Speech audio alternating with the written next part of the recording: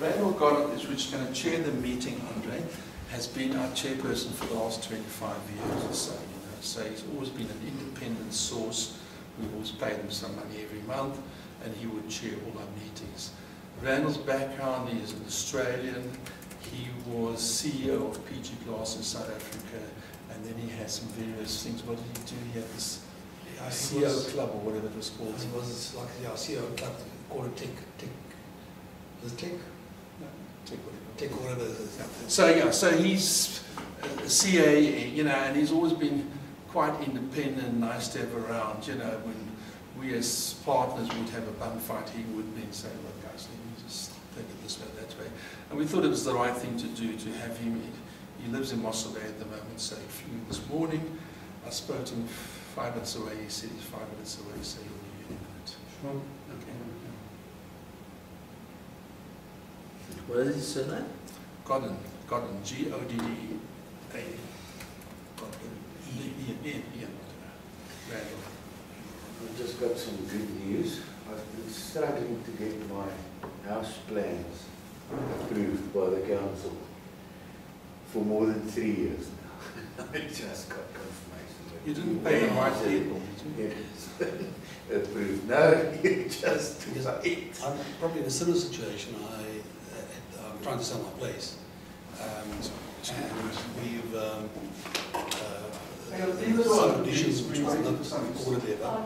So I had it redrawn and submitted, and got notification that they broke in and stole all the computers in whatever office, and they actually cannot tell me when the plans will be ready.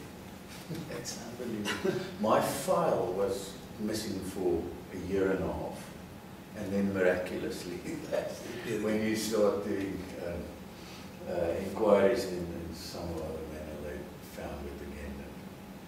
And, it's just ridiculous. I think it's important to have a client planner that you can go to, somebody that understands how to navigate the corridors of council. And that get is these things done, because definitely. if you try and do it yourself or through an architect, you find that there's a lot of difficulty. Yeah, my father indeed is an architect, so they did it for me.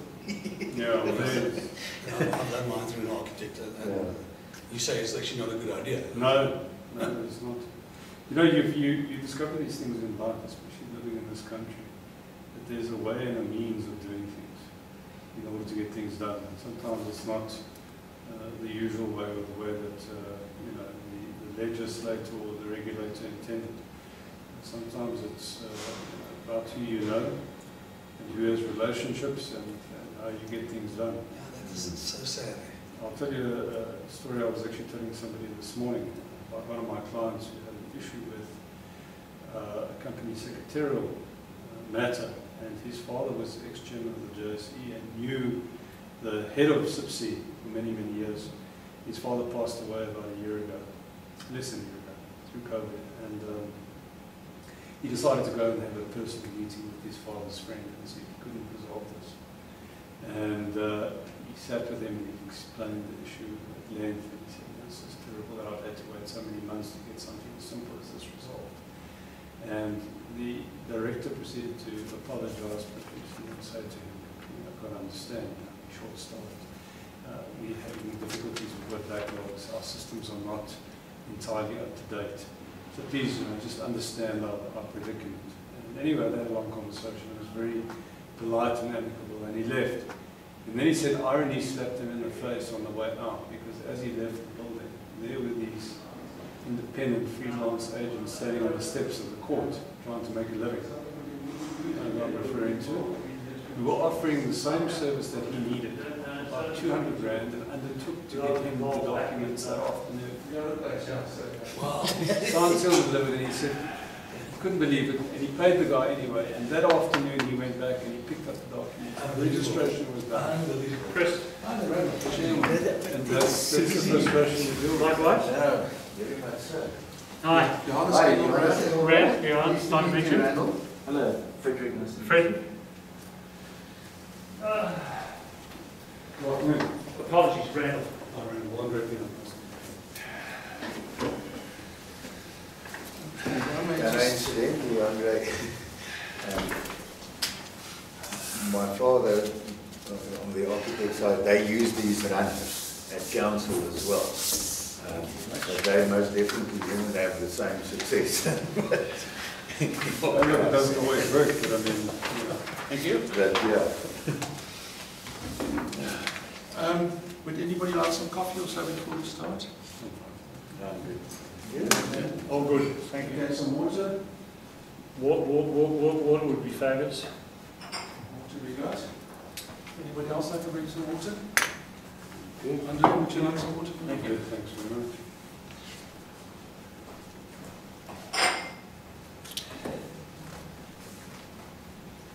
Good sugar? Yeah, no, I just came from Mill Park. I was visiting my cardio. It was long overdue.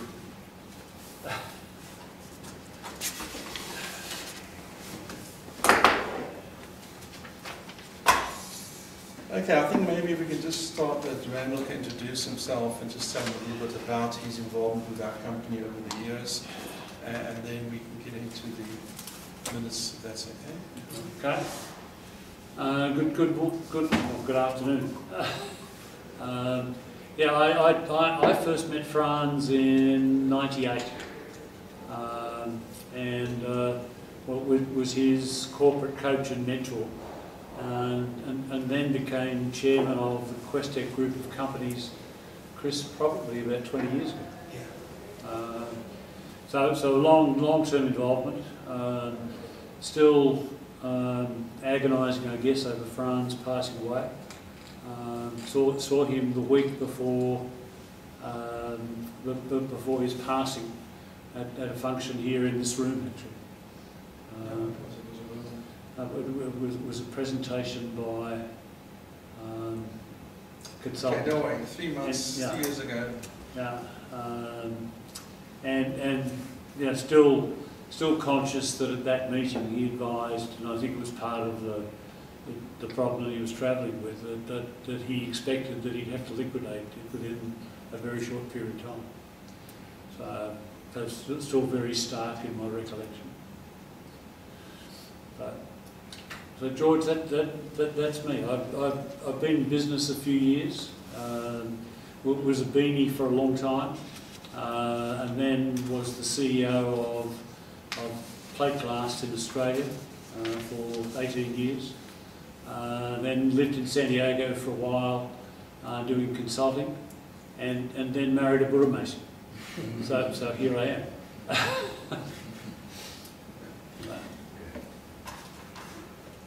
Okay, so that's you.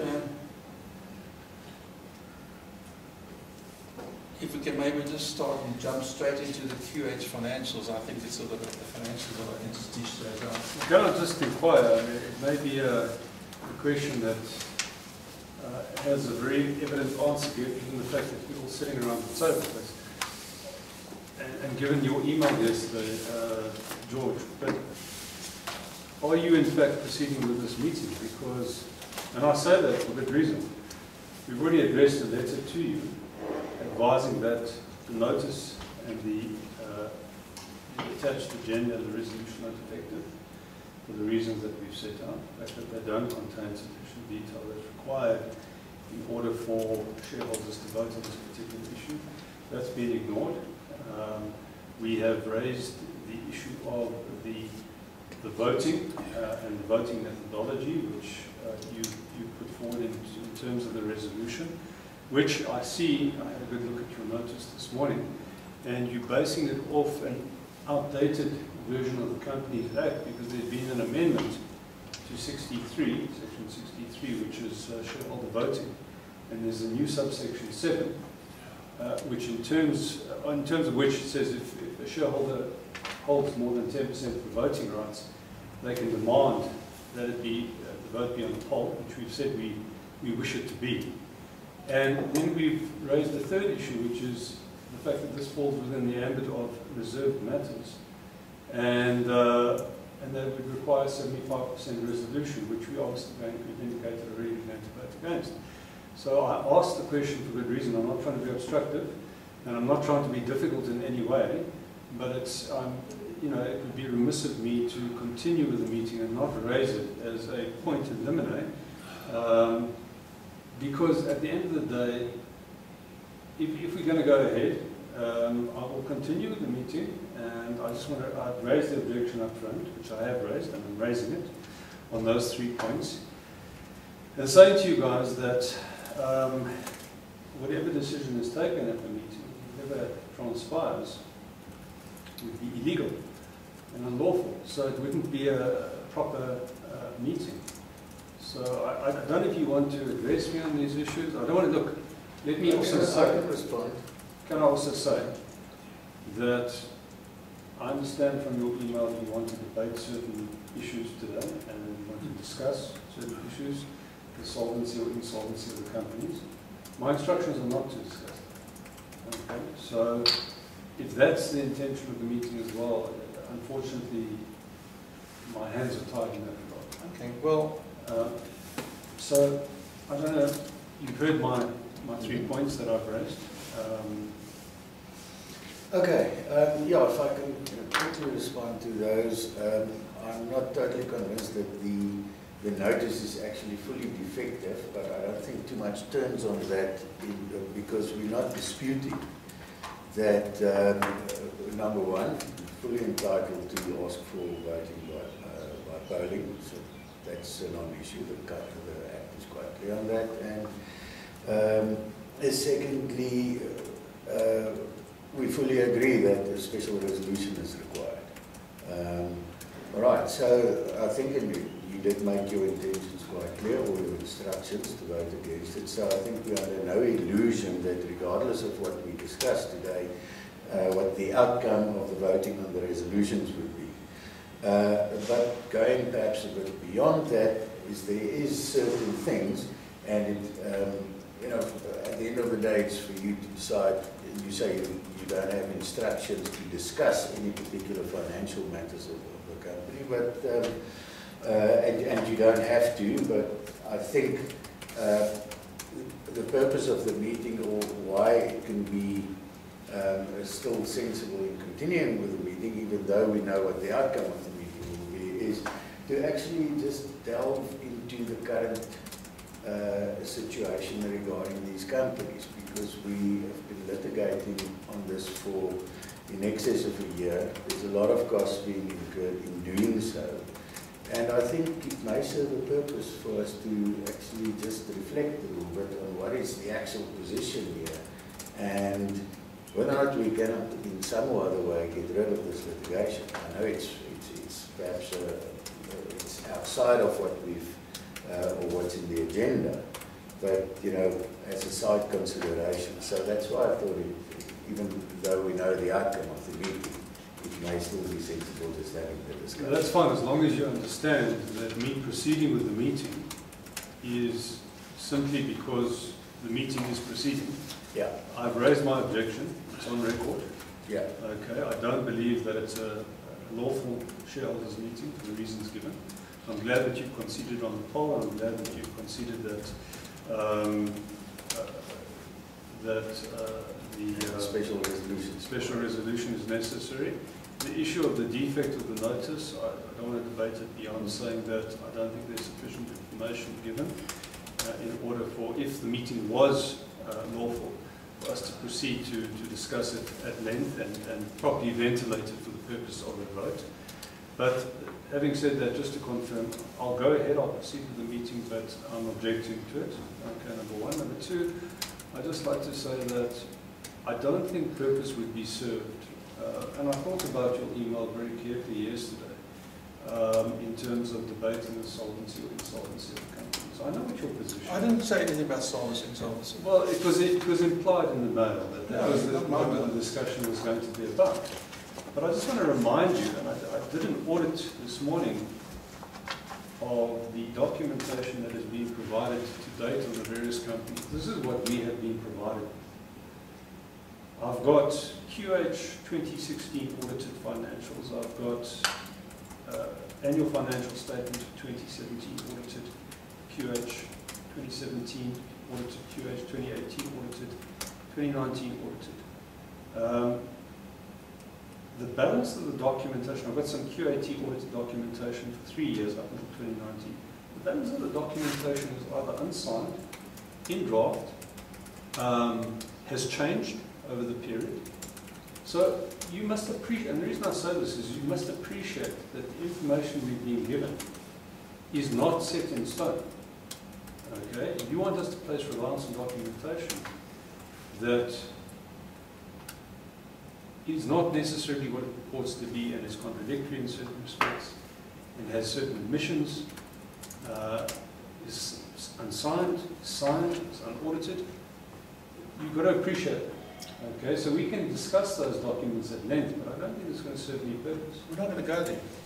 We're going to talk about 2021, because that's where we are today. We didn't finish it with the 2020. 2021 is not relevant. The 2020 statements, you didn't receive No, the effective date of the buy-sell agreement is 2019, date of death. Okay, and then you've been talking about how this can be resolved. It can be resolved very simply. There was a price that was offered in 2019, and we accepted the price, and it was subject to there being security, which was rejected, and then that price was withdrawn, and that was the end of that. Okay. Again, my instructions are not to come here and to discuss settlement, and if you want to discuss settlement, please put something in writing to me without letters.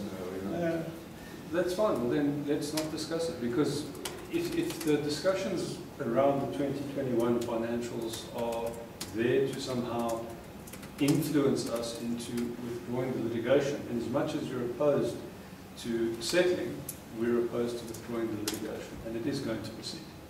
Can we just have a normal shareholders meeting, forget about all this damn litigation? Let's look at the financials, let's go through it, let's discuss it like as if you were Martin Kruger. Can we please do that? What do you say? I mean, we're going backwards and forwards, Rule 64 and this and that.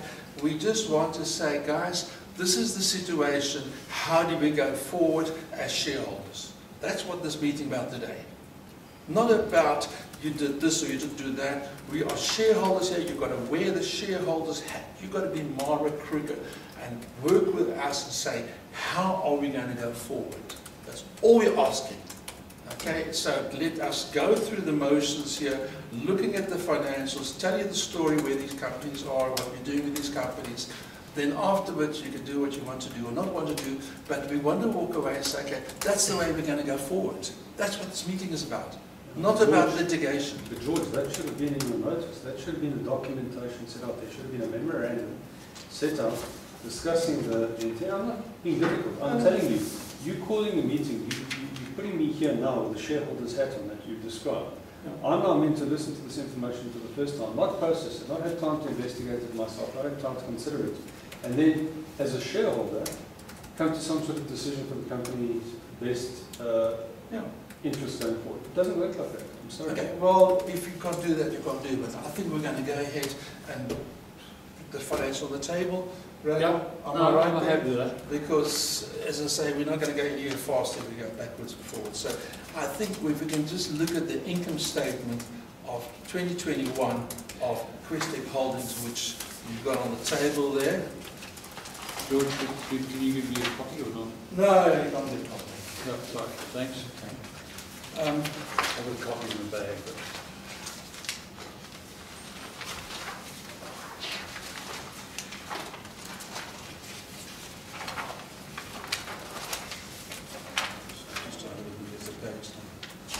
But okay, I think if we could just look at page 10, I think that's as easy as what have you. I mean, you know, this document is for you to take away and to analyze and to criticize, whatever, but the bottom line is that QH has had no income in 2021, and we've had expenses of the value of 7,000. no, that's also the habitation. Hang on, let's get to the next page, sorry.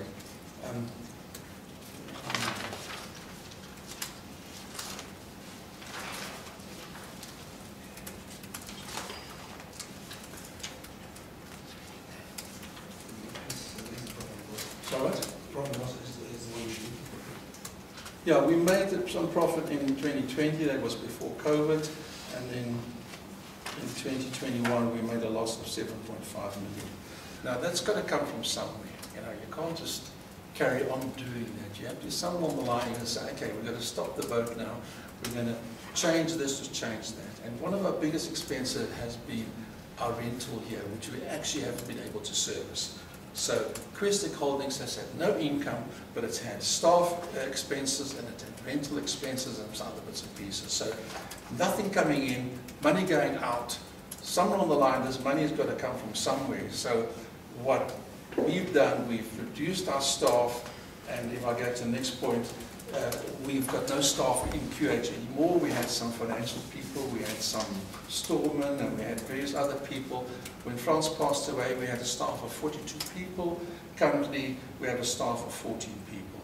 So we've reduced the staff by some 28 people in order to keep the cash flow in a certain way going. And of course, the salaries were paid first, the retrenchments were paid first, and the last on the list was, of course, Pivotal, which was our landlord here. The landlord now has requested us to vacate the premises. They're going to then do a white room, whatever, costing, which means they bring it back to the original state of when we moved in here 20 years ago, and then they're going to charge us that amount. At the moment we owe them something like 3.2 million rand. We still, probably this costing of the Whitehall business will be another 500,000. So most probably we're in for 4 million rand, which we have no money to pay. I think right now there's 12,000 rand in Questek Holdings account. Okay, that's where we stand in Questek Holdings. So whatever we decide here today, the natural progression will be that Pivotal will go for us, and they're going to try and liquidate us. All right, Johannes? Well, that's one of the two options, yes. Yeah. Or they're going to walk away and say, take a judgment and then try and execute. Alternatively, they may go for liquidation. We don't know. They must do what they need to do. I'm a business owner as well. I understand business, I understand financials. You make a profit in 2020 in the nub of COVID-19. And yet in 2021 you can't make a profit, you make a substantial loss. You've got rental and employee expenditures up to India, 7.5 million rand, and yet you only generate income of 49,000 rand. That just doesn't make any sense. It doesn't make any logical sense. Why were you able to turn a profit in the previous year, and yet you can't, using the same methodologies when you're now in low levels of lockdown? And most businesses are disrupting the way they do business. They're changing things up. And you could have reduced the expenditure by going to the landlord and saying, look, we need to cut our rental, we need to move out of here, we need to mitigate our losses. You can re-let these premises on our behalf and get us out of this lease. And now you're giving me the spinning of the story about white binning. I understand white binning, and it would be an obligation that was in your lease originally. And again, it can be mitigated if you approach the landlord and you speak to them, as most tenants are doing, or did in the harder lockdowns. So, I mean, again, you know, everything you're saying is not giving me comfort, it's just raising questions. Hang on, but listen, you're not listening to me. I am. No, but first of all, in 2020 we made 770,000 rand profit, correct? Where did that come from? You never said. You've been involved with us on this thing for the last 2 years. We sold Media Host, which we sold for 2 million rand, which is that figure that sits there. Which we were offered. That money was going to be utilised to pay the purchase price for Fox's shares. Yes, it was not. It was. Anyway, so that is where the money came from. We have been busy with our landlord for months at end. I can show you the correspondence we've had. Sorry, can I just say something? That shouldn't have been an income statement item, because selling shares does not fall within the revenue. No, it doesn't. I'm sorry. Well, it doesn't. So whoever put those financials together on that basis needs to go back to the drawing board. Listen, I know enough about accounting to know that that's not a revenue item. okay. But Andre, I'm sorry, it was profit on sale. It was So what? it was profit on sale of the No, but shares. that's a capital item. That's not a. It's a revenue item. No, it's not a revenue item. With all due respect. Okay. I've got a higher diploma in tax. I've done tax 1A, 1B, and 1C at university. I think I know income tax quite well. It is not a revenue item. Okay, be it as it may, that's where the 700k profit came from. Finished, okay? Right now, we have, and I'm just trying to see, we amortize, Well, in any event, if it's not a revenue item, it will then not be a profit, then it will be a loss in any event. Correct. Yeah. So it's not going to change the situation. No, but it begs the question, who's drawing the financials? What is their accounting experience? Why are they misrepresenting the state of affairs? Guys, listen, stick to your law, okay? Leave the accountants to the accountants. Please don't get ratty with me. No. Okay, don't get ratty with me because I've already made my position clear. I'm not here to debate this. My instructions are not to debate it, and I'm not going to debate it any further, in fact, based on that reaction. So I think what we should do is proceed with the vote on the current resolution, okay, on a poll, and let's get the meeting done with. Okay, because this is serving no purpose. Yeah. Okay, you want me to comment. Okay, you want me to be influenced by and where shareholders have to comment, but when I comment, you don't like the commentary. And George, you know me. You and I have had meetings before. I'm not going to sit here and be berated as a result of the commentary I give. You either want my commentary or you don't. If you don't, that's fine. I'm not here to debate it. So can we just move ahead? Right, okay. Please? Wear that hat. Okay, way forward. Okay, what are we going to do, gentlemen? Or shall we just go through the other financials and then come back to it at the end? Probably the better way. Okay, so why don't we just now pick up QAT and look at those financials? Okay?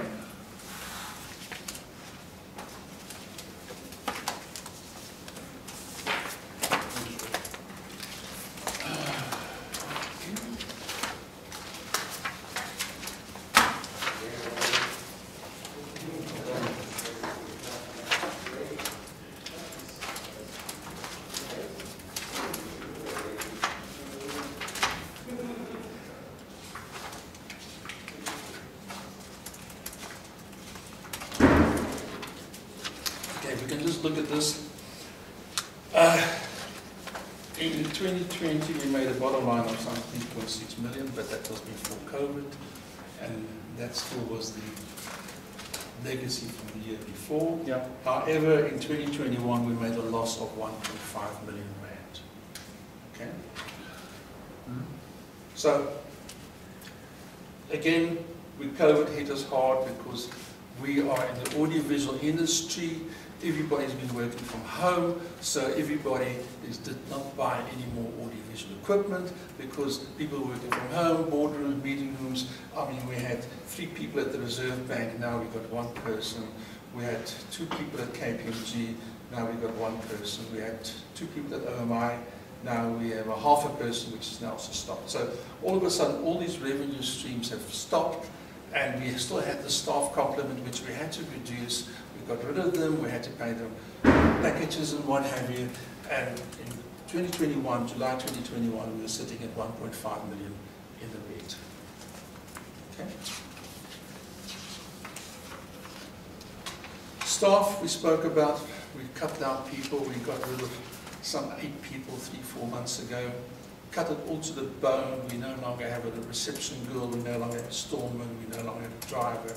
All in order to just to cut the expenses and to try and break even. But as I say, we're sitting with a 1.5 million rand loss. Chris, maybe you want to just get on to QT? Is there any questions on that? Question marks. You've got the financials, you can go and read it. If I say something, you're going to tell me that... Well, Andre, we'd love to hear your opinion. So, you know, certainly from my standpoint, I've got no axe to grind, but if nothing else in this meeting, we should try and get to a stage where we can have a process of going forward. Right? Look, it's now been 3 years, and you know, surely we'd like to resolve something. How do I answer that question? There's no personal axe to grind from my side. I've got a job to do, and I'm doing it to the best of my ability. I don't have a personal issue with anybody. In fact, when this matter started, George will tell you, I invited a meeting, and we sat down and we had a discussion. Yeah. What the discussion turned out to be was nothing more than a ruse as far as I was concerned. simply because it was all about Mara and the previous conduct and how you were going to effectively defeat any claim that was brought. The fact of the matter is, I can sit here and I can look at these financials, and I can listen to George, and he says, oh, you know, this is unfortunately a business that's in an industry which was constrained by COVID, audio-visual. I've got a client, a very big client, Larry Gresham, you probably know him, he's in the audio-visual space. He runs a huge company. They've done better than they ever did during COVID simply because everything was audio-visual, everything went electronic. You know, I don't accept that there's no ability to save these companies. I'll say that on both companies' financials that I've seen now. You know, everyone's just throwing their arms up in the air as far as I can see, from my perspective.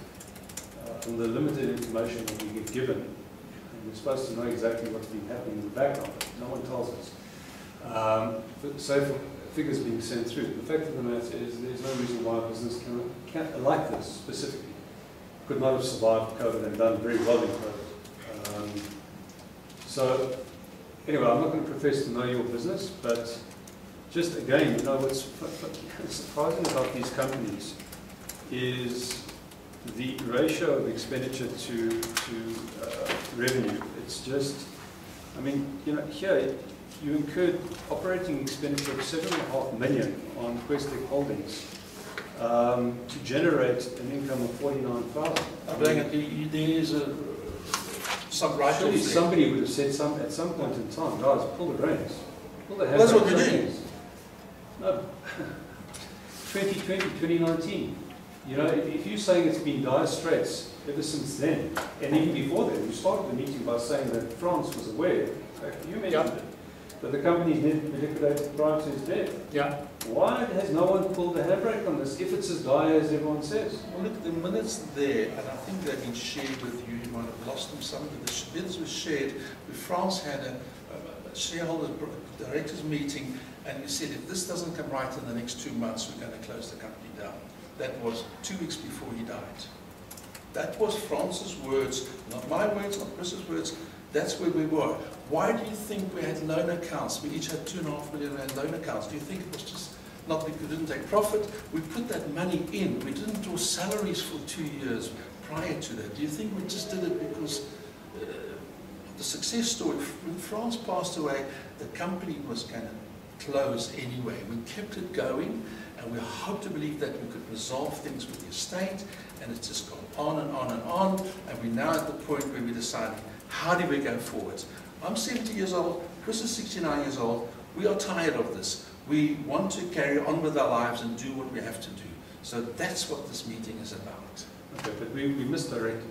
It's not about the 2021 financials. The effective date of the buy-sell agreement is 2020, number one. Okay.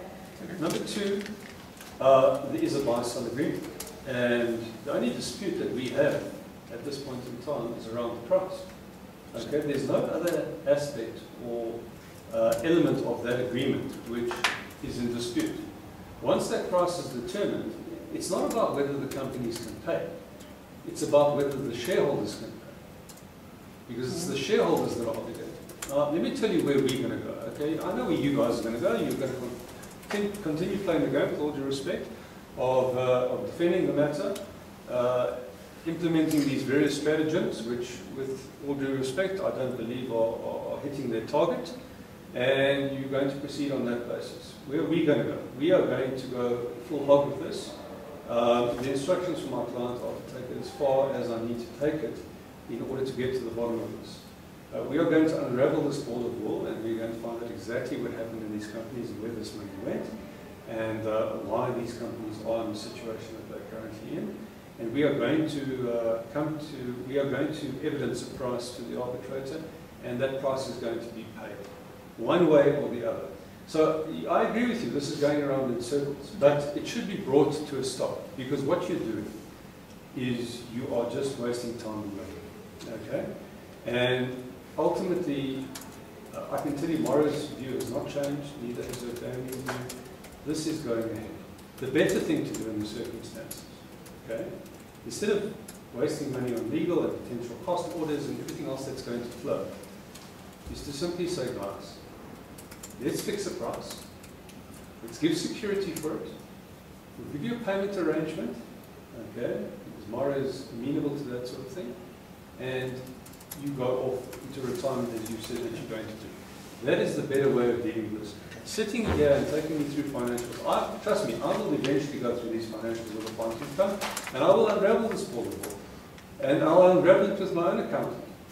But it's pointless debating these. Okay? I just see question marks when I look at these, with all due respect, one. And two, I think they're for the wrong period. This is not relevant to what we're talking about. Okay. It may be the situation of the companies right now, okay, but it's not relevant. Okay? We did a valuation of the company at Francis' death, okay, by a registered auditor. And you know what the value was? Is this Tom? No, not Tom. Tom is not an accountant.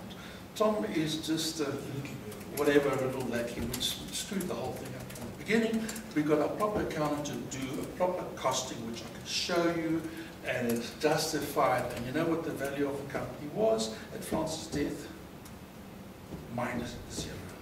I saw some of the valuations. Yeah, it's -0. So, don't agree with it? yeah, well, you can agree what you want, but that's the value, because in our shareholders agreement, one of the things that states that we should have the company valued every year, and the shareholders should agree to that value. It was never done. So we have a shareholders agreement with no money. So in other words, I'm selling you a car, but I'm not telling you how much to pay for it. George, let me tell you what the problem is with all these accounts that you sent through. Okay? They're full of discrepancies, they're full of question marks, they're full of misrepresentations. Why don't you give us the opportunity of sending a forensic audit in to go back to the 2020 prime books of entry, and let's figure out whether these financials are correct. Okay? You said yourself that Tom may have screwed certain things up. Let's do that. Let's get to the bottom of it. Let's establish whether the 2019, 2018 and 2017 financials are a correct reflection of the company's state of affairs, financial state of affairs. Let's do that.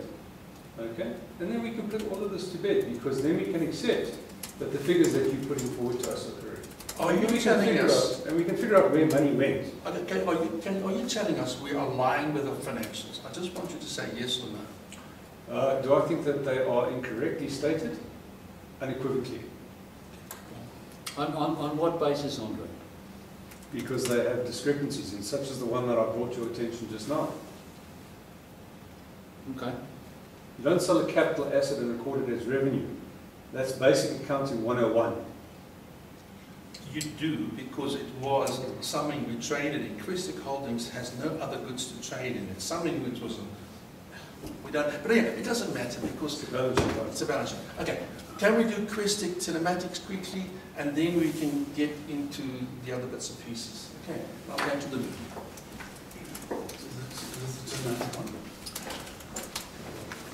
Thanks.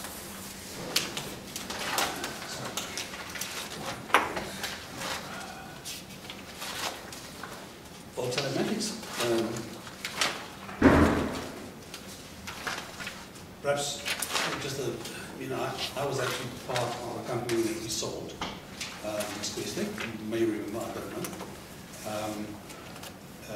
in 2017. I remember the dividends that were declared, the substantial dividends. Yeah, during that time, that was the sale of Questek. So, although I was a shareholder in Holdings, after France passed away, I sort of took care of telematics. So just a bit of background on telematics. It actually started off in 2012. There was a fair amount of monies that to establish telematics in South Africa. It's quite a competitive environment. So we put a fair amount of money in, and that's partly the reason why there's such a large herd account between the companies. But it's never shown a profit ever, right? It's QT. We thought that if one can save the employees, because we had 3 at the time, we can save them. We may be able to do something if we could restructure, but that didn't happen. So what is the current situation? Last year we had a loss of 1.9, close to 2 million rand. This year, up to year to date, we have a loss of in excess of 800,000 rand, the company, we need to do something very, very quickly because we have one large creditor, and that is that's Traffic, our overseas supplier, and they're actually just keeping the lights on, basically because there are companies that has that rely on this, and especially the public transport. That was where we actually started off, being a company to provide functions to public transport, and during the COVID time, public transport came to a halt. Bus companies didn't spend it at all. So we have to make a decision which way to go. And we owe traffic laws around about 2.7 million as these. Can I ask a question? Sure. And this is based on the resolution. The second resolution, if I'm not mistaken, is for the disposal of all the shares of the companies to the employees.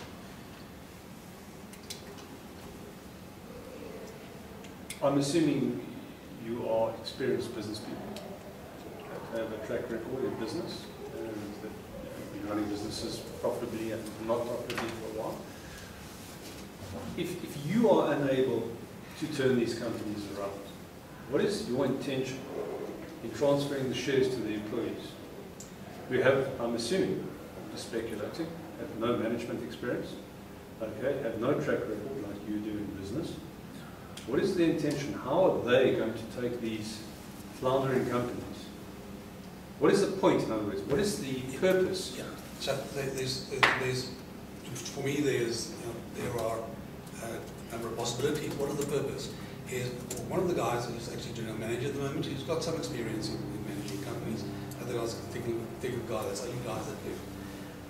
The only way in which we can go forward, if we don't get the buy-in of traffic law, is the companies cannot survive. That's just a fact.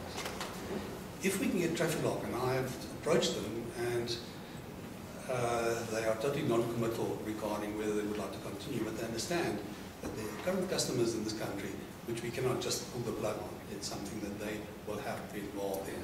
So there may be some interest for them, which will then provide the required experience and, I would say, management to manage the companies, because at the moment there's very little. We do an overseeing function at the moment, but COVID actually stopped any new sales last year. Well, not any. We've had some sales, but it was really, really small. So leave this company out of it. Travelog may be able to take this company out of it. Okay, may or may not. What about the other companies? How are the employees going to step into your shoes and effectively turn these businesses around? I have to say that we are not, I'm not effectively an executive manner. I'm a shareholder. I'm a director of the company, but there's no... But this is a shareholders' resolution, so this is what is being proposed by the shareholders. Right. So I'm asking, what is the shareholders thinking around, here are the shares, okay, the company is now yours, okay, here are the financials. I mean, all these companies are running at a loss according to these financials. Off you go. Now what? Where to? If it is possible to get traffic lock interested after this meeting, say the resolution, I'm talking about QT now, is if the resolution is that we would be able to transfer the shares to the employees and to traffic lock, because they're already basically the main creditor, they already have a fair amount of, they may be interested in it.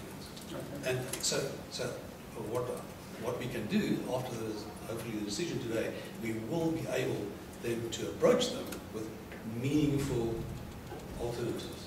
That's really what, for me, the QTSI, I hear you. QTSI, the other two companies. Yeah, the other two companies. Okay, first of all, QAT, I mean, we've been busy restructuring, like we've been talking. We've down to 14 people. It basically consists of 2 salespeople and some support staff, right? So it's right down to the bone. They're moving out of these premises end of this month. We're paying 200,000 rand a month on rent here. We're going to premises, we're paying 40,000. Can I just stop and ask there, because this is the contradiction as well. Firstly, you told me that you're not paying, you haven't been able to pay rent, now you're paying rent. We're not paying rent. Look, are you paying rent or not? We're not paying rent. If you look at the financial, see, we haven't paid rent. Okay, it's in there. And why is the expenditure, if you said the expenditure item, the expense item on this QAT income statement is comprised of salaries primarily and rental, and we're not paying it, then It's not why are we in just running it up? Why are we In not? QAT, there's no rental in QAT. Okay. So the idea is that these 14 people can pull together and try and get this thing break even, because we've got 14 homes, families which are at stake here. I don't particularly want to work in this business anymore. I've got my pension fund. I want to get on with life, but I can't just close the doors. The easy for me would to close the doors, throw the keys away, and say, okay, bye, guys, come in for jobs. That would be the easy thing to do. We don't want to do that. We want to give these guys a chance to see if times to come that they can just break even and just start making a bit of money. God knows where it goes. We don't know where COVID goes. We don't know where this country goes. We don't know what Sona is going to do this. We don't know if these things are going to turn profit, but at least they'll have a chance to try and make it work. How will they have a chance? Without you at the helm. No, look, I'm at the moment, for the last year, I come in 2 mornings a week just to do some admin, help them with things. They are running the company at the moment first. But they're not doing a very good job, because we can see where the company is. So how do you expect them if they haven't managed to do it? Okay, I'll tell you what. You don't want to give this company to our staff. We will give the whole group all our shares tomorrow. I'll give it for gratis, for nothing, tomorrow, now. And she can do with what she wants. So that's really the question I wanted to ask from the majority shareholder point of view. Okay, and without that support, you know that you've got right 75% voting rights and so forth. Is you trump the shareholding. From the majority shareholder's point of view, yours is quite right. QT, for that matter, which is the one I'm looking after at the moment, QT, you can absolutely carry on with it from a major shareholder, because there's no point in continuing something which for me, that we will carry on with this whole discussion as we've had now for the last 3 years. So perhaps you should take, or the major sellers should take our shares for nothing and just continue. If that is what you say, that you can do so much better job of it. I'm not suggesting that a better job can be done. My question was, what are the employees who have very little track record experience in business and management going to do with the business that clearly... Well, listen, you don't know who the staff is. These people have been working for me for 12 or 15 George, years. you just told me that they've been running the company. You come in 2 days a week, you said they've been running the company. Yeah, no. Clearly they haven't managed to turn it around. Okay, so what are they going to do going forward? They've got the shares now. They're shareholders. They're walking around with their shareholder. Okay, but first of all, since we've spoken, we got rid of all the staff members. We've reduced the whole company expenses. So the overheads are low. Okay. The overhead's been lower. It's become more manageable. That's where we're going. That's what I'm trying You're to still do. going to generate the income. Yeah, but Make you a see, profit. you Maybe see, that's for them to make Yeah, but I it mean, or not. But Andre, isn't that the responsibility of the staff who are prepared to take on that, rather than anybody else? No, it's not their responsibility. Their responsibility is to come to work, do a job and get a salary. You've obviously spoken to them about this, have you? it's all on the table. I mean, they know where we want to go. We're just waiting for this estate to get somewhere. And they're excited about the prospect? Yeah, they're young. They want to get made. They are the. If they walk away, then we don't have a company, because they are the salespeople. Each of them have been with me for 12, 13 years. They know their jobs. They're doing their jobs, and they want to give us a bash. So I want to give my shares to them. But if you don't want me to, I'll give it tomorrow. I want to get rid of my shares. Finished. Look, this is not about who gets the shares issue. Again, we're moving away from the fundamental dispute here, which is we've got a majority shareholder that wants value for their shares in terms of an agreement that was struck several years ago. They're entitled to certain values, and the question becomes a pricing one. Look, we put something on the table, which is exactly a year ago with Hein. We put something on the table. At that stage, we still thought that there was some value there. We put an offer on the table, and it was rejected outright. Okay? So we actually had Heinz saying, I'm so glad we came to agreement. See Mara now, and I'll phone you back at 5 o'clock to see that it's all okay. And then we got this whole long letter, this is not acceptable, and we don't want this, and we don't want that. And so we said, okay, we're back to square one again. Because Hein came here as the shareholder, which had the authority to make decisions, and there was a decision we made there that he was happy with, we were happy with, and then the wheels come. George, unfortunately, this notice, Resolution 102, is nothing more than another poorly conceived strategy to distance yourselves from your obligations. And it's not going to work, I'm sorry. Listen, first of all, there are two things. Number one is the shareholders' loan, okay? There's no money. Okay, now you keep on talking about loan accounts of 18 million and 15 million. Do you know what these things are about? There doesn't have to be money in the companies. Again, obligations in terms of the buy-sell are yours as shareholders. Listen to me now. You keep on talking The about... company is not responsible for that. No, but hang on, let's just you never let me talk. There, you talk about, right now, your letter again, you talk about the 32 million, which is the 15 million rand loan from QH to QT, and the 18 million rand loan from QH to QAT. So you're saying there's 32 million rand in this company, so there's no reason you should liquidate. Do you know where these loans come from? Do you understand? That's not what we said. Do you understand? You misread the letter. Do you understand? So what is? Do you understand where these loans come from? We spoke No, about claims. do you understand where these loans And come from? those claims from a balance sheet perspective are assets in the company's name. And therefore, by disposing of them, as you are doing when you are disposing of the shares, you are triggering a 112, 115 scenario. And that's what we said, if you read the letter carefully. We did not say that. No, you said we have these assets, and you keep on talking about your previous letters. You say we have 75 million rands worth of assets because of all these loan accounts. There is no money in the bank, so I don't know where you get these numbers from. George, I think we've come to the end. No, hang on, listen, let me just finish. You never stop. Okay. It's pointless. No, I'm going to finish. George, it's pointless. Now listen to me. Please listen to me for 2 minutes. Sure. When we started these companies in 2008, we had a company called Questek Marketing. Okay? We then decided to split these up into 3 companies, which was Questek Holdings, Questek Transit Technology, and Questek Advanced Technologies. The reason we did that is because we wanted to equal the shareholding. In other words, initially, France had 30% and we had each 23%, the 4 of us. Then Trevor went their way and then France had 38%. And we decided what we wanted to do is that in QAT, France and my shares would be equal, 40% each. Okay? And then the same with Chris, he had 40% in QDT and so did France. Okay?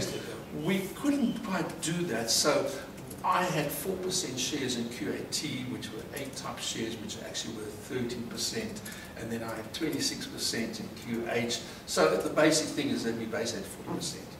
But now, so there was only 4% shareholding by myself in QAT. Now, if QAT made profit, and we moved that profit, we have to move it to the shareholders, so we actually have to move it to the holding companies, right? Otherwise you've got to pay taxes. So what we did at that stage, we had this guy, what was the guy's name? I forgot, he's down here. Yeah, anyway, so he decided we're going to have these huge loan accounts between QH and the subsidiaries, so we could move the money from the subsidiaries into the holding company, and from there we could distribute to the shareholders. That was the whole idea of these loan accounts. They weren't monies that QH gave to QAT. So QH had the shares in QAT, and then also QAT had a loan account that they owed QH, which was all artificial crap put together by this guy, which we've over the years been trying to amortize and undo. And if you look at the minutes on 2017, 2018, France started doing this by writing down these loan accounts because they're absolutely stupid. It confuses the whole thing. We're trying to get credit. People say you've got 18 million rand to the Questek Holdings, how can we give you credit? So we try to get rid of those things. And that's where these loan accounts come from. It's not real money. Okay? I've said myself. we proceed to the meeting? Yeah, okay. So, you spoke about QT. We have another company which is called Questek Marketing, which was the original company which we started in 1988. And the only asset it was a property called the Selborne Golf Course. We had a 25% share in a house there, which cost us 12,000 Rand a month on maintenance and fees and what have you. And we've been trying to dispose of this for the last year now. And we finally sold this thing 6 months ago, 8 months ago, for 200,000 Rand to somebody. And that's gone out of our life. So Questek Marketing is a dormant company, but it's sitting there with some loss of some millions or something. And our accountant says, don't switch the company off, just park it there, right? That's it. So that's Questek Marketing. Avitel is a 100% subsidiary from Questek Advanced Technologies. It was started a couple of years ago, and the whole idea was that we started a company with a different flavor, which would be a distributor rather than a supplier to end users or a system integrator. It never quite worked, but one of the things that happened is that KPMG wanted a level 4 company to supply them with their services, and this was the only company that we had in the group at the moment, which was a level 4. So we invoiced out of Avitel some 50k a month or something like that to KPMG for services rendered. So at the end of the day, it's a break-even company. It turned over 800k last year, and it cost 790k, or 10,000 in profit. So that's those two companies there, right? Okay, so I don't know. We spoke about the next point we got here is France Group's estate, and If you can tell it, maybe you can just like I said, sorry. No, Maybe you can give us a bit of following in where you're going to go with this and where we stand with that. You're asking me? yes. You're a shareholder. What exactly are you asking? What is the current status of France Group's estate? It's been wound up, but obviously can't be wound up to finalities because there are certain things that are outstanding, one of them being the dispute in this matter. Okay. Then the next thing we got there is the lawyer's cost. We have lawyer's costs where it sits. Now, as shareholders, we should share their costs. Can we invoice more than 46% of the costs? Absolutely not. Absolutely, don't be ridiculous. I'm not being ridiculous. You're a Mara now. You're not. You can't. Unfortunately, that's not how it works. I'll send you a memo on it, and the lawyer can then read it to you and explain it to you. No, the answer is no. Okay. Next question. What do you think, Johannes? Can we do that? Okay, we'll have Best you have a side chat. Okay, all right. It's on the table. It's just that Next we're running up expenses and we're going nowhere fast. No, you're going nowhere. We're going nowhere. And can I tell you something? You're going to continue going nowhere simply because at the end of the day, the law is against you on this. And I say that with the greatest of respect to your attorney, because I respect your attorney. He's a colleague of mine, and I don't want to berate him in any way. I think he's done a fantastic job to date. And insofar as putting forward every possible defence that he could in the circumstances, I think he's done that. But you're not achieving what you're setting out to achieve, and you are just you're racking up these expenses that you want Mara now sharing. Yeah. No. Because Mara or you are procrastinating the process. We're absolutely not procrastinating. We've tried to resolve this on several occasions. We have asked for information that hasn't been forthcoming. We've suggested mechanisms for resolution. Absolutely not. Okay. Loan accounts in the companies does not exist that you can just write or finish. There's no money. There's no ways that that money will ever come to Mara. The loan accounts, the leave pay, any of that stuff will never flow because there is no money, okay? Step one. Step two, if we're forced to buy the shares, which I actually want to give tomorrow, so maybe it's a quick pop flow, what do they call that? We will buy them for R1, because that's what the value of the company. Yeah, that's that is the basis of the current litigation, so I don't think it will serve any purpose to debate the legalities on whether or not there's the obligation to buy or not. You know, it's been ventilated in the papers, and the court will need to decide whether or not what's the value, etc. That's already in the papers, so I don't think debating that around the table will take us any further. Okay, now the company to wind up Questek Holdings. That is one of our resolutions. Just before we finish the cost aspect, I'm not oblivious to the fact that the reason the company is being handed over, once you want the company to be handed over, companies to be handed over to the employees, is not only to distance yourself from your obligations, but also to avoid cost avoidance. That's not going to assist you in this case. It's not that cost, you know. It is ultimately, because George, the fact is that this is going ahead one way or the other. Well, look, Andre, and when it does go ahead, there are going to be cost orders that flow, either against us or against you. Now let's assume for the moment that it's against you. Okay, those cost orders are going to be in your personal name, not in the company's name. Andre, no, not necessarily. But okay, once again, we're not disputing. Okay, let's just look at the two resolutions we wanted to put on the table. Is one, the company Questek Holdings to be wound up. Okay. Now, we either do this voluntary, I think, or we get forced to do that. You can't stop that. So we say either do this in a nice way. We say, what is the best way to do it? We can stop it. We are stopping it. Our application is your application. The application brought to voluntary liquidation, or compulsory liquidation, is in play, and that's been opposed. We are voting against this resolution here, voluntary liquidation. We are going to stop it, and that's certainly my submission. You obviously have a different position, and I accept that. But to say to me that I can't stop it, I'm not saying you can't stop it. I think the natural progression. The court will have to decide. Yeah, the court will decide, but it will be a natural progression. So I think for us to labour the fact any further, it will just, what will happen will happen. And you know, we can't get money out of the rock. You're not trying to get money out of the rock again. You're trying to get money out of the shareholders. This point seems to be lost on you for some reason, and I'm not quite sure. Because we litigated on the buy-sell agreement here, and the buy-sell agreement is very clear. It's not the company's obligation. It's the shareholders' obligation. For the shares. Only for the shares. Not for the loan accounts. No, for the shares. And the shares are valued. That's the dispute. That's the dispute. That will be adjudicated in time.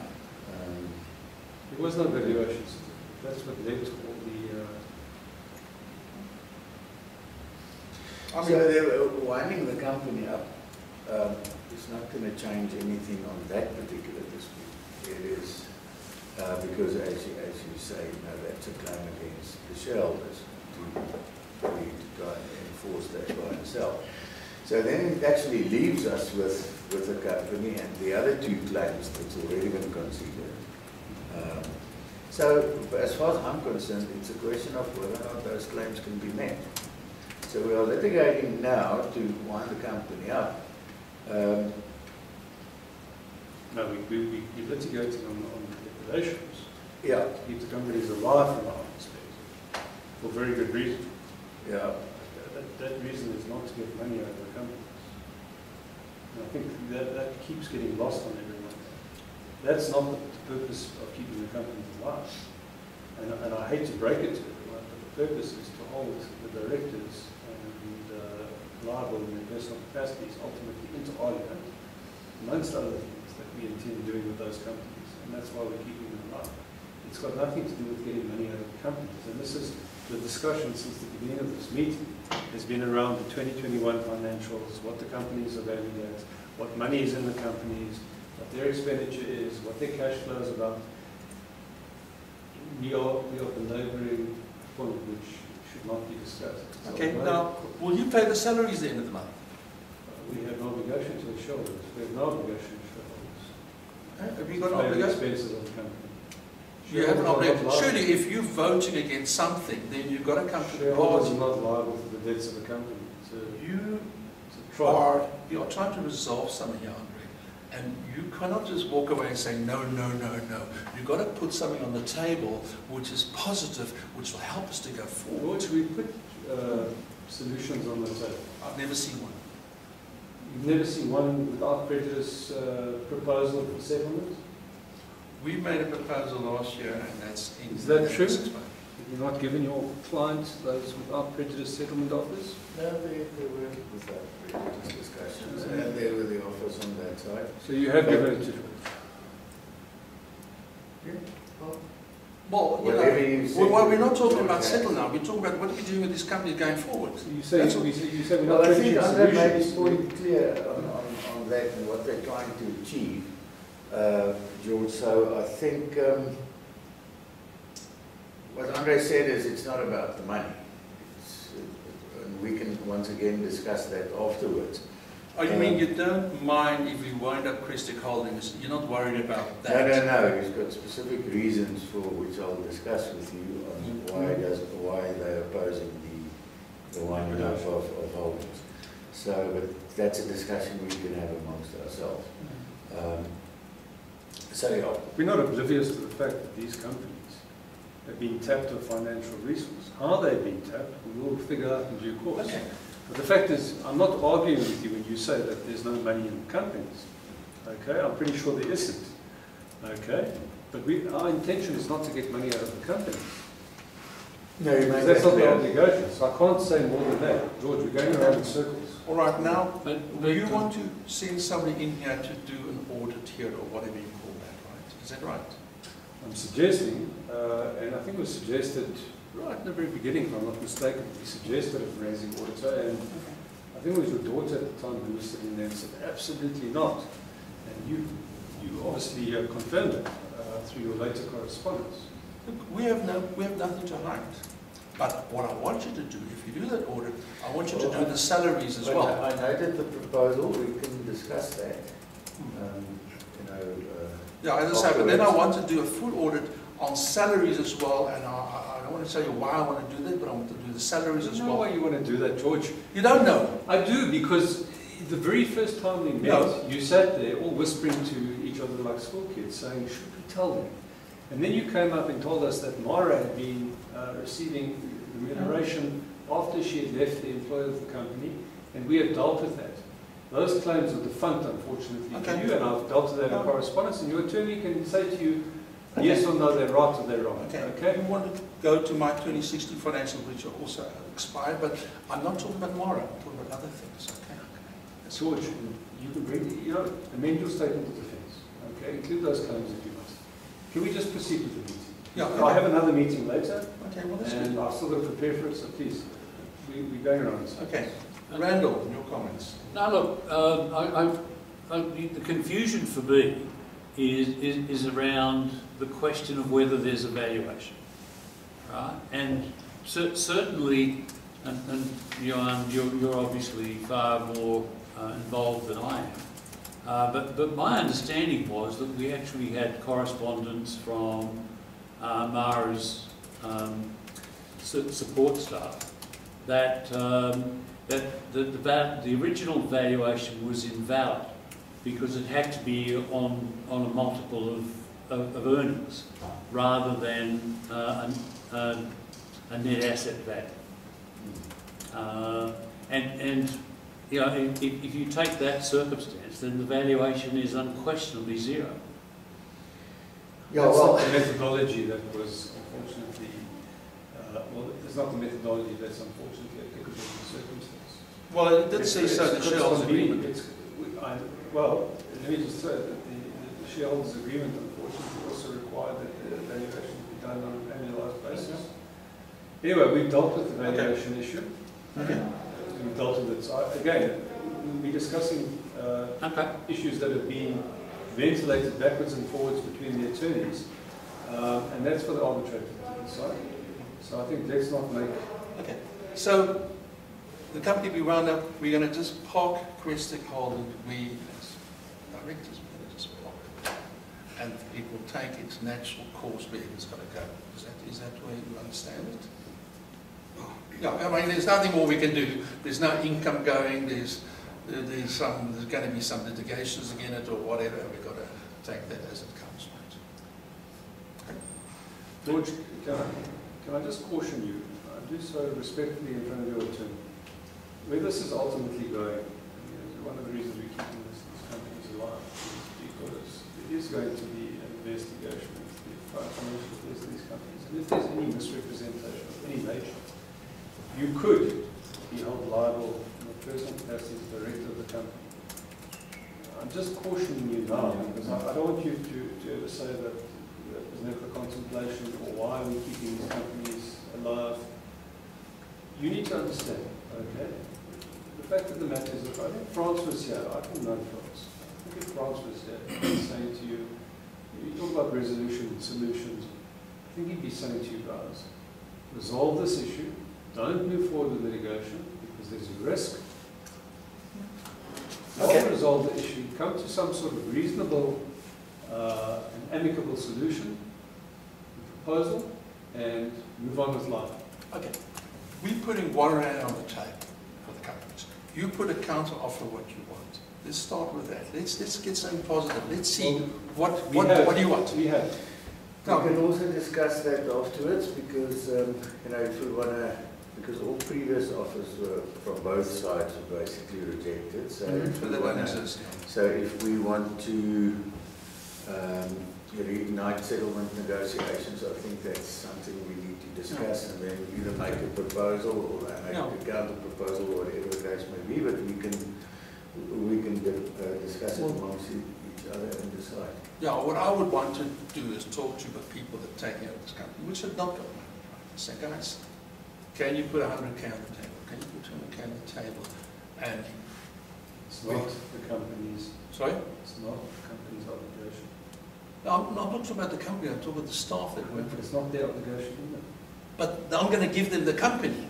That's fine, but the resolution that's finally reached, if one is reached, it's not their obligation to satisfy that debt. No, I'm just trying to see a way of going forward. This is what this meeting is about. How do we go forward? We've told you what we want to do, and you're like, no, I won't have that, I will not have that. You have not come up with one positive thing today. That's what my problem is. You haven't said, well, listen, if I speak to Mario, like Hein is a gentleman who says, okay, let's talk about the amount, let's talk about this, let's talk about that. We haven't spoken about this. Is this the same Hein that at the last meeting you misrepresented what he said and then finally withdrew those comments at the 11th hour? Is that the sort of conversation you want to have? I can't remember that we would do anything. I think you just said, no, I haven't made enough money out of Mara. I want to carry on with this thing. Right? Can I say something? I'm actually acting for the family at a reduced rate, substantially reduced rate. And I can prove that to you if you would like your attorney to come and investigate that. I'll show you. And I'm doing it because I believe that in the circumstances they need the representation and they need a positive outcome here. And George, I take objection to the fact that I haven't contributed positively because my role as shareholder today is to vote on these resolutions, which we still haven't done an hour and a half into the meeting, okay? I'm not here to comment on financials that have been put before me 5 minutes before, and I'm told to comment and offer solutions that you, as directors, have not been able to come up with in the last 4 or 5 years. Now, I'm supposed to come up with solutions for your business, with all due respect, okay? I'm not a business rescue practitioner. I'm an attorney that's representing a client in this dispute. It's not for me to make suggestions or proposals as to how you can turn this business around. But I can tell you that from what I've seen, there are certain question marks. I've raised those issues, and that's about as good as it gets in the circumstances, George. You know, if you'd like to engage with me in a different forum, a resolution forum, where you say to me, let's sit around and talk practically about solution as to how we can put this to bed, finally, I will do that, okay? You know what our figures are because they've been put forward in multiple, without prejudice, pieces of correspondence. You know where our starting point is. We know where yours is, it was R1, okay? And clearly we're very far apart. You've then also put forward proposals where you say, fine, we'll pay you this amount over a period of X number of months, okay? In the belief that we were going to accept that, bind ourselves to that agreement, novate and supersede our previous claims, and then sit there waiting for those monthly payments to come in. That is not a bona fide settlement proposal. If you want to settle this amicably, there's always scope. Even today, I mean, there's no resentment from my side, no resentment from my client's side. But let's have a conversation in good faith, let's discuss it, and let's come up with a practical solution. Okay, let's do that. We had, I think Francis' shares were valued as 1.7 million rand. He's 46% in the company, correct? It's there, okay. Which it wasn't done assets and liabilities. It was done by Tom, and before we even know there was a buy and share or whatever was agreement. So that was done by Tom good faith, and at that stage it was put on the table. It was just what Tom did, okay. It did not come from an auditor, it did not come from an accountant, it came from Tom. Okay? So we now believe that number was way out, that the company is actually worth R1. So now let us come between something between that 1.7 million that we put on the table, Tom put on the table, and the R1. What do you want to settle for? We've put this forward before, and I don't think that... No, I'm asking you a question now. I'm putting R1 on the table, you have a 1.7 mandate to settle the matter. Please take instructions on that. Guys, please just can proceed answer with the that. vote on this resolution. I've heard you out. Okay. I think My instructions were not to debate and discuss. My instructions were simply to move ahead on the resolutions. But I did listen to you. Okay. I did look at your figures. Okay. And I've tried to engage with you on certain questions. And that's about as good as it's going to get. Can we please move ahead and vote? Okay. Okay. We can do that. Well, let's vote on the resolutions. Okay. The company to be wound up. So resolution number 1. So George, Well, it was my proposal. I think we should wind the company up. There's no reason for it to stay. Yeah. And then we do it in a controlled manner. But you're voting yes. Yes. And Chris? Also vote yes. No, voting against. Okay. So the winding up resolution fails. Period. Okay. And resolve for the transfer of shares to the employees? Chris? Yes. Oh, yes. Yes. And George? Yes. Voting against. No. Okay. So Andre, what you're really saying is that you want all 3 companies to continue and die? I'm not going to answer that question because it's a loaded question. It's not a loaded question. It is a loaded question, and it's a very emotive question. The fact is we're keeping the companies alive for legal reasons. We. And You talk about we. my, Yeah, we'll have a discussion on that, don't worry. I'm sitting here in a proxy representative capacity on behalf of the shareholder, but I'm also speaking as the legal representative for that shareholder and for the estate. So when I say we in that context, I'm saying legal team and client. But I think it's a loaded question. I think and it's a motive one. I have no malice against any of the employees of this company. I've never met them, so I wouldn't wish anybody could in any circumstance. Everything I've heard here today also begs the question: why weren't these entities placed into business rescue years ago? We considered that. We actually met with a business rescue manager. When France was still alive, we met, and I've got all the notice and so on. And this guy wanted 100,000 rand to do the business rescue, and that the value add for him was actually 0 because he didn't know business. So we decided, let's not spend 100,000 rand. And I've got all the notes and all the payments, the documents, the invoices that was paid to this guy to facilitate this thing. What was his name? Peter Gordon. But I've got it all somewhere. So we went through the motion, and France was still alive. I mean, this whole problem we've got now, you keep on saying, you guys are trading badly, and my friend runs audiovisual, he does so well. France, before he died, I think one of the things he got a heart attack for because we were in so much trouble. So, you know, that's where we started. We didn't create this problem. It was there. No, but you also have an obligation as directors. In the circumstances we believe that the company's trading in insolvent circumstances to take steps of that nature, if at all possible. Sorry, what do you mean, to get a business risk involved? Don't worry, I'll explain. Okay. Okay. All right. Then Andre, you mentioned that you may want to have a follow-up meeting, presumably with Johan and George and or Chris. We've always said that we are, you know, if you guys want to put forward a proposal for settlement, that we would consider it. That remains. Obviously, no one wants to go ahead and spend costs unnecessarily, legal costs, no matter what rate they're being charged. To my mind, it makes complete sense for this matter to be settled instead of going ahead, because I did caution you, because I think there's a risk in respect to the directors of the company. Let's leave the shareholders out for the moment. There's a risk to the directors given the way that these entities have been conducted. And I don't think, I mean, you both indicated you wish to retire. I'm pretty sure you don't want to go into retirement with this Damocles sword hanging over your heads. I'm pretty sure you'd like to put this issue to bed. The reality is it's not going to settle on R1. That's the reality of it. And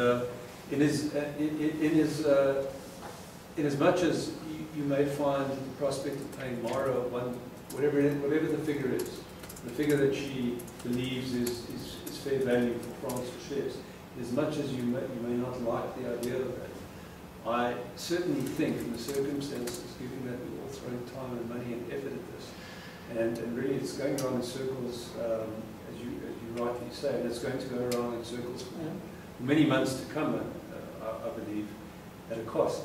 I think it would be prudent to settle. Okay, well, can we then ask you to ask Mara to see what number would be acceptable to her, and we go forward. Which we've done. No, several occasions. So maybe you should take those figures and use that as a starting point. No, but as I say, that was a pie in the sky. We're not going there. We cannot afford that. We cannot go and think about that. Okay, it was just an arbitrary figure. Which is George, it's not the company's obligation. So if you're saying we can't contemplate it because these are the figures and it's not possible. This is no, but I mean, I even talk about my own capacity. I'm 70 years old, I've got a pension fund, I'm not going to spend my pension fund giving Mara some money. I'll be buggered. I won't do that. And if you order to do so by the arbitrator? Well, then and pay the costs? Then we'll see. You see? And then be subject to further claims after the fact? We will. I think we've gone far enough. Johan, I think we should terminate the meeting. Yeah, no, I think we're going I think we're getting into uncomfortable territory. Now, if I think we note what Andre says, and I think from both parties' side, if settlement negotiations are put on the table again, then we consider whatever is on the table and we take it from there. But we can have our discussion on all of that, and if we've got a proposal, I'll give it to Andre, and if we've got a counter proposal, George. I'm not going to sign personal guarantees. We'll come up with some other form of security. No, we're not going to give security. Not at my age. I can get a heart attack tomorrow. I'm not going to do that. It's not a discussion point. Not a discussion. Okay. No, George, I'm sorry, there's no point in further discussion. Look, I was hoping we would walk away with something here today, but it seems that we walked away with nothing. So that wasn't the intention of this meeting. It was a shareholders meeting called by you, voting 2 specific resolutions, and it wasn't about discussing the financials. No, but the reason for this is to get you around the table. And the only way we could do this is have a shareholders meeting and to put some resolution on the table. I don't care about the resolution, we went yes or no, it's not important. I wanted you around the table and hopefully we could talk some sense around the table. That was the whole reason. I knew you were going to be here, Morrow's not going to be there, Heinz not going to be here, you were going to be here, and I hope to believe that we would get some sense to it. Well, we can talk sense, but I need proper figures. I need some sort of, if you're going to suggest a solution for settlement, put something forward that's Okay, workable. right. Let's put something on the table, and I'll recover the comment. But I don't think we should do that. Just stop. now. Stop now. No. Okay, stop. Okay. Uh, I was going to say 2 rand, but anyway. no, George, it's enough. So, Andre, thank you for coming. Thank you. Thank you for having me. I'm not sure what we achieved, but at least we understand the circumstances. Have you got Nothing. the financials of all 3 companies, Andre? Okay. Okay. Thank you. We see you out. Thank you. Thank you.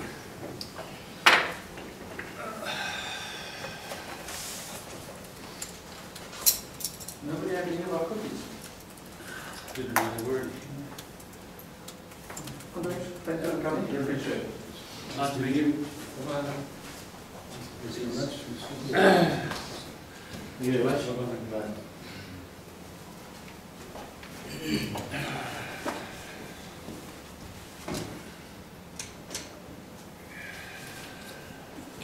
I'll be back in a minute.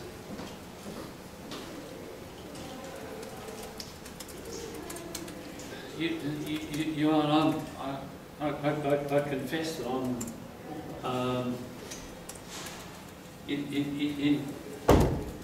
you're the lawyer, I'm not. But nothing that he said seems to have credence. No, the thing is, that's why I did not debate any of the legal issues. The way he approaches this whole thing is from the fact, or he sees the legal position in a certain way. What they want to achieve, it was actually right for them. I've learned a lot from it. For me, it was a super sensible meeting in the sense that I just watched on what he was talking about. No, but so was I. You know, and what he's getting at. So, there's one thing. He believes, firstly, as far as the buy and sell agreement is concerned, and the obligation on Chris and George to actually purchase the shares in terms of that agreement for a specific value, and what they believe that value is going to be. Our legal partners suggest totally otherwise. We say the value is never agreed, and due to the fact that there is no value, one of the essential terms of a valid sale agreement, which is price, is lacking, and for that very reason, the whole agreement that is relying on, it is our case that